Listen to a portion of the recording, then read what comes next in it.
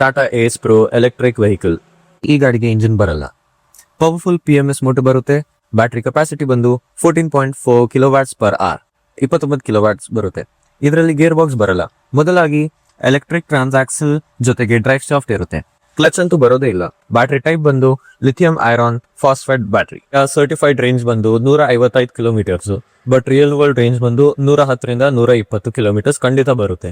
ಗ್ರೇಡಬಿಲಿಟಿ ಬಂದು 21%. Speed limit ಬಂದು 50 kilometre per hour. Front ಅಲ್ಲಿ ಡಿಸ್ಕ್ ಬ್ರೇಕ್ಸ್, ರೇಲ್ ನಲ್ಲಿ ಡ್ರಮ್ ಬ್ರೇಕ್ಸ್ ಬರುತ್ತೆ.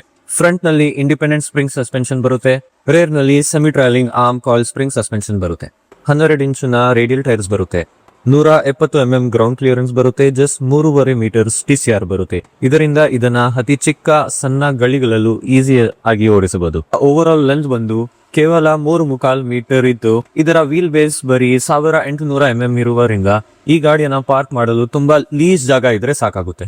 ಇದರ ಪೇಲೋಡ್ ಬಂದು 750 kgಗಳು. ಜೊತೆಗೆ ಲೋಡ್ ಬಾಡಿ ಉದ್ದ ಬಂದು 6 ಅಡಿ ಇದ್ದು ಈಸಿಯಾಗಿ 1 ಟನ್ ತನಕ ಲೋಡ್ ತಗೊಂಡು ಹೋಗುತ್ತೆ.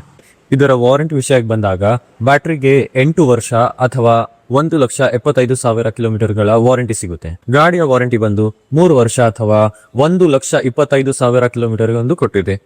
ಯಾವುದು ಬೇಗ ಮುಗಿಯುತ್ತೆ ಅದು ಅನ್ವಯಿಸುತ್ತಿದೆ. ಈ ಗಾಡಿಯ ಬ್ಯಾಟರಿ ಚಾರ್ಜ್ ಮಾಡಲು 5 ಗಂಟೆಗಳ ಸಮಯ ಬೇಕಾಗುತ್ತೆ.